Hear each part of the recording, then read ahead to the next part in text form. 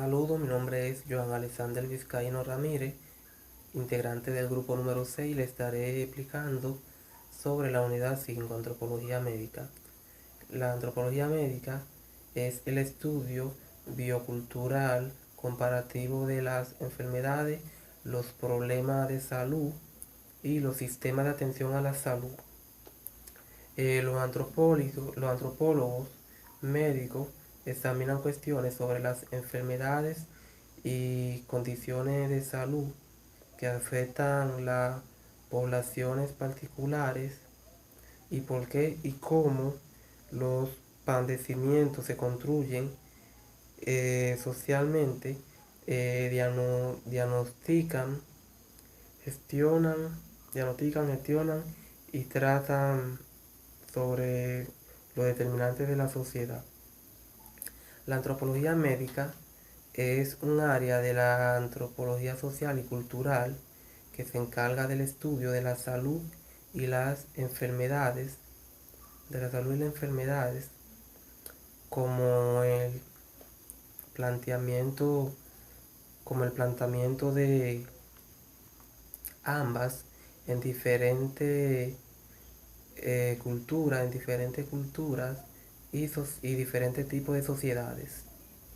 La etnomedicina trata de descubrir la creencia sobre la salud, los conocimientos y la práctica de un grupo cultural.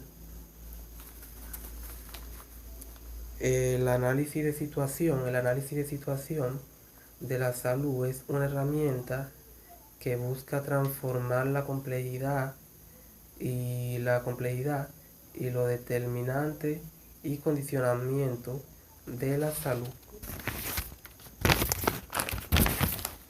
en sus múltiples dimensiones para mejorar el estado de salud y la calidad de vida de la población, siendo la medicina, siendo la medicina una ciencia social y humanista que se encarga de curar y precaver las enfermedades, necesita de la antropología, ya que la antropología es una ciencia que estudia al ser humano tomando en cuenta sus aspectos físicos y socioculturales.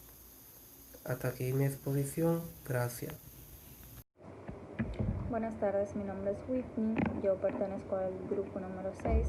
Voy a hablar un poco de lo que son los padecimientos, las dolencias, las teorías clásicas, las enfermedades epidémicas y sobre las interrelaciones entre biología y lo cultural.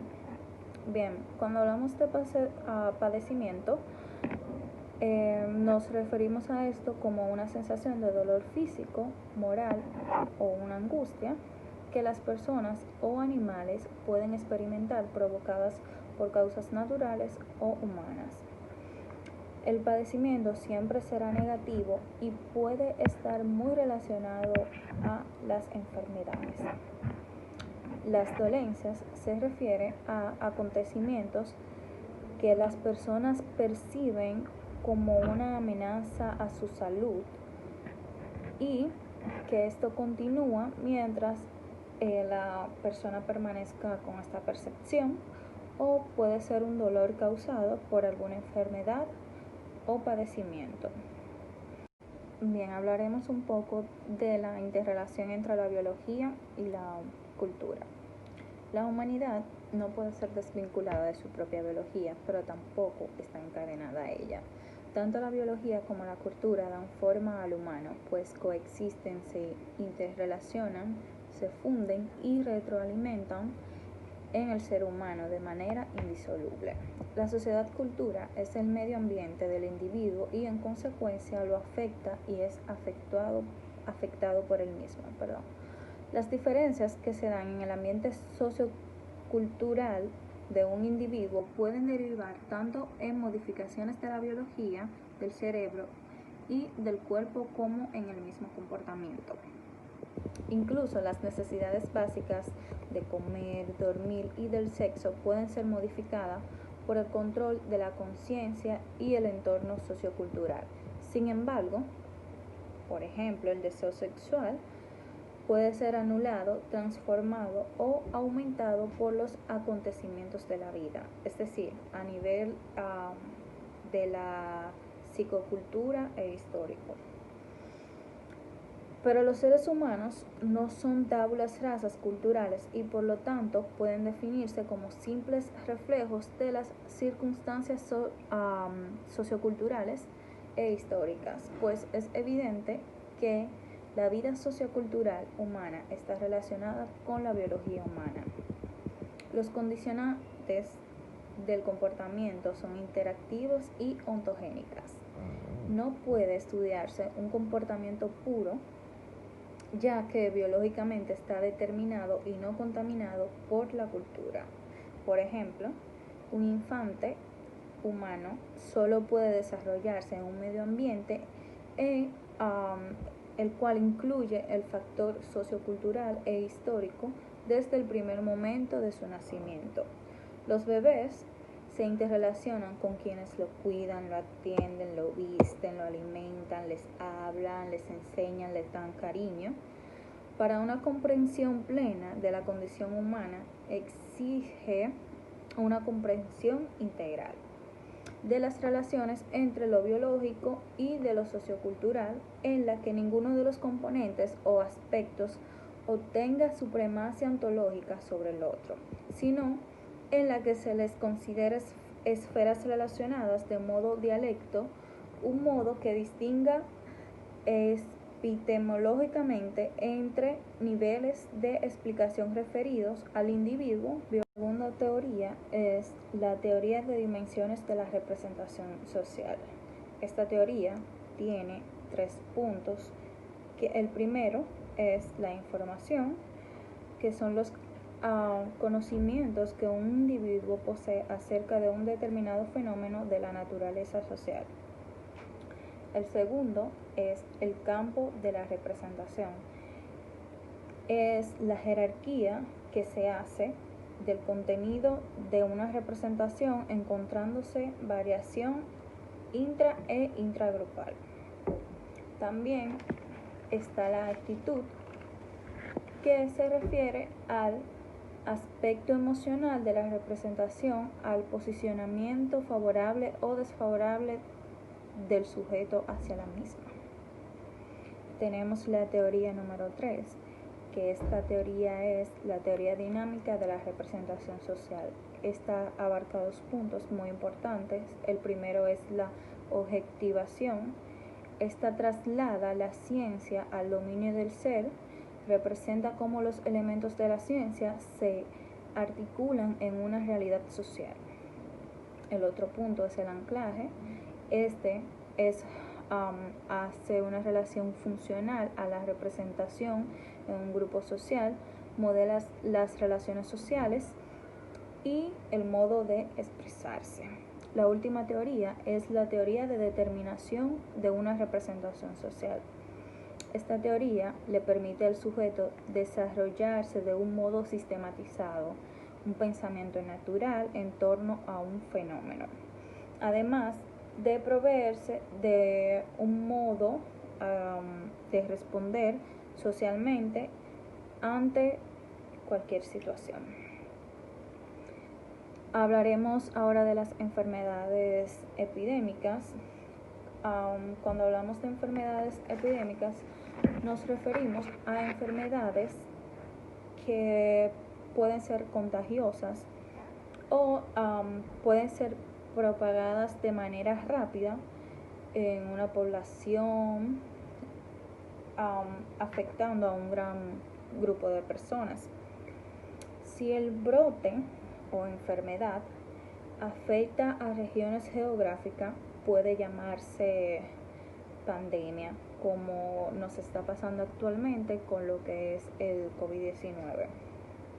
Algunas de las epidemias que ha sufrido la sociedad son el cólera, dengue, malaria, VIH-Sida, el ébola, la fiebre amarilla.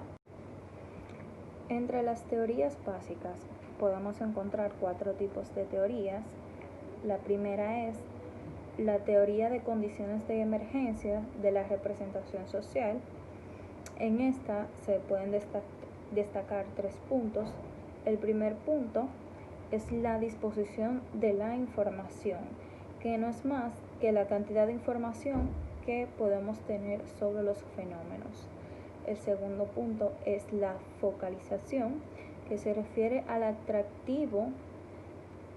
atractivo que es el fenómeno en general para el individuo. También está la presión a la inferencia, que es una obligación social que implica dar respuesta y definir una posición social frente a este fenómeno. Mi nombre es Angelina Jiménez, integrante del grupo 6, y yo les voy a hablar acerca del curú, la marihuana y la medicina científica. La antropología médica tiene un importante papel que jugar para ayudar a los antropólogos físicos y los investigadores médicos a entender interacciones entre los factores naturales y culturales que hacen que las personas se enfermen. La solución del ministro del Curú es un ejemplo clásico de cómo puede desarrollarse el conocimiento médico gracias al examen de la interacción entre causas naturales de una enfermedad mortal. El Curú, también llamado temblor de miedo, es una enfermedad neurodegenerativa causada por un prión, que es una partícula priónica alterada del tejido del cerebro. La palabra Curú significa en lengua aborigen temblor con fiebre y frío, que son los principales síntomas que caracterizan a las personas infectadas con dicha enfermedad. Por otro lado tenemos la marihuana, que es una mezcla verde, marrón y gris de partes desmenuzadas de la planta de marihuana. Entonces la planta contiene sustancias que alteran el funcionamiento del cerebro, el estado de ánimo y la conciencia.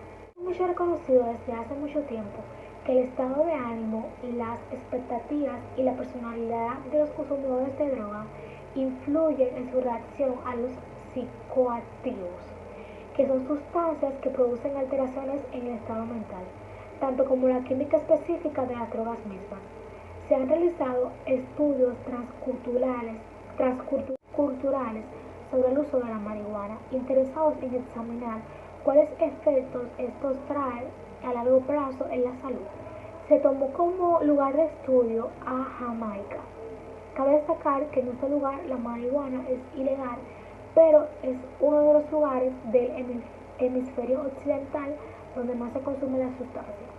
Y se demostró que el 70% de los trabajadores de dicho lugar consumían la marihuana, pero a diferencia de otros países, esto no la consumían como fuente de placer, por así decirlo, sino que estos decían que la consumían porque los ayudaban a hacer mejor su trabajo.